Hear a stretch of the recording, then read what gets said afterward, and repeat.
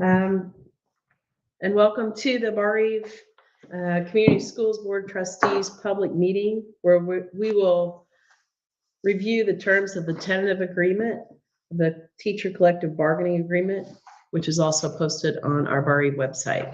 This time I'll turn it over to Superintendent Huff. Good morning. So I'm going to go through the summary sheet of the collective bargaining hearing. As Lana mentioned, the red line copy of the agreement is on the website.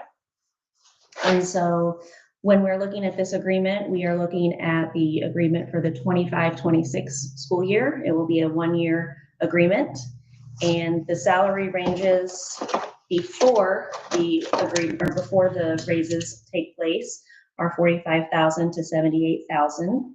After the base salary increase is applied, it is $46,500 to, and there is a correction on your sheet that we are going to make, it's to $79,650. The reason that is a change is because we added the literacy endorsement column, and we've not had that previously. That was new in the legislation, that if a teacher earns their literacy endorsement, then they have to make more on the base than a teacher who does not have that. Our differentiating number this year is $150 more to the base. That is all reflected in the salary schedule at the back. So for our base salary, we are looking at a $1,500 increase to every level. We were not going to be moving teachers on the schedule, but we would have the $1,500 base raise on there. The other piece this year that we changed a little bit is our criteria for the compensation factors. New is we have to have academic needs included. That came out of the legislative session this past year. And so we have evaluation is $750, meeting academic needs is $750, and then the literacy endorsement falls under instructional leadership. So that's where that $150 comes in. So you will see that then if a teacher were to get the base raise plus the literacy endorsement, the maximum base salary increase would be $1,650. The legislature requires that at least 10% of the total available raise increase is academic needs. We meet that. Ours is 45%. So we are good with that. A couple of things that we added this year, stipend proration is mainly for the ECAs. If we would have a teacher who would leave early in the year and not fulfill their responsibility, have to step away for a reason, then the school would look at how much of the responsibility they were able to fulfill before stepping away from that responsibility, and the pay would be prorated accordingly for that piece. It's understood that if we have a teacher who would leave in the, say, middle of the school year, that their salary would already be prorated. We didn't have any language in for ECAs and stipends, so we went ahead and added that piece in there.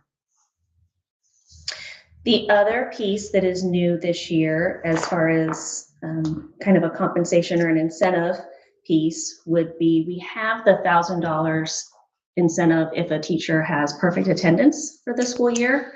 But we also want to reward our teachers. Perfect attendance is one of those, it's hard to achieve. And so we went with 98%. Totals currently 3 days. If a teacher misses 3 days or less, then they would be eligible for a $750 stipend that would be deposited into their 401A account at the end of the school year when we pay out our other payments to the 401A. If they achieve the perfect attendance, then they're not eligible for the $750. It's one or the other for that. The other piece that we negotiated was our fringe benefits for our health insurance. Our employee contributions are going to remain the same. The corporation is going to absorb the raise that we have right now. So we're looking at about a 12% raise, and the corporation is going to absorb that for our employees. We did remove the lab card program language. That's a program that we've not had. It was part of our insurance prior to our current insurance plan, and so it's not offered, and so we wanted to go ahead and get that language cleaned up in the contract. The contract is effective July 1st of 2025 through June 30th of 2026. I have our hearing dates listed there, and then whenever we ratify we will sign the last page and it'll have the ratification dates that we will put on there. You will see the salary schedule that has the literacy endorsement column that is added. So each one of those levels has raised $1,500, and then the literacy endorsement is $150 more. The last piece that we have to look at is our ECA. We did not make any changes or increases to our ECA pays, but we did look at some of our positions and the recommendations that came through from our athletic department and then also from the teacher side as well, include as our soccer program is moving from a co-ed program to a boys side and a girls side. We wanted to make sure that the coaching matched that accordingly. So you can see that we've structured that in there. So we have a boys varsity and a boys varsity assistant, girls varsity and girls varsity assistant as well. We're going to be adding a JV softball coach this year as the program's numbers have grown. And then we reduced the high school softball assistant position so that those 3 positions are in alignment with how we have the baseball program structured since we added that JV position.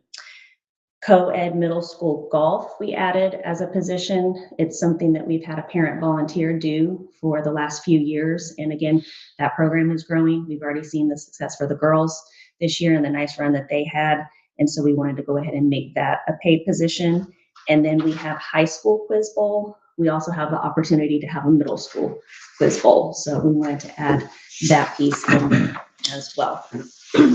So all in for the insurance and the teacher raises, it's going to cost the school corporation $189,908.81.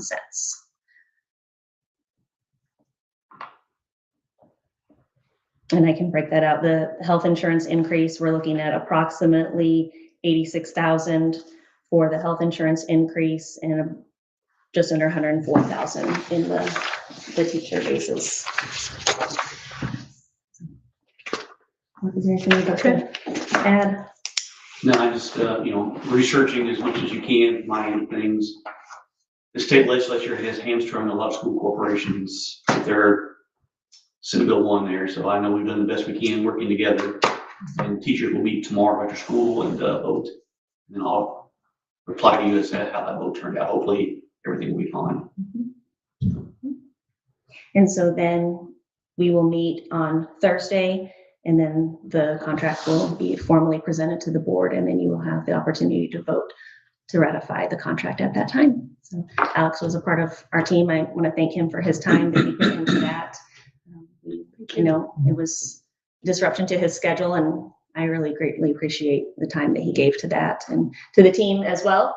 This was my first time going through the whole process, and I think we worked well together. So it was good. So Great.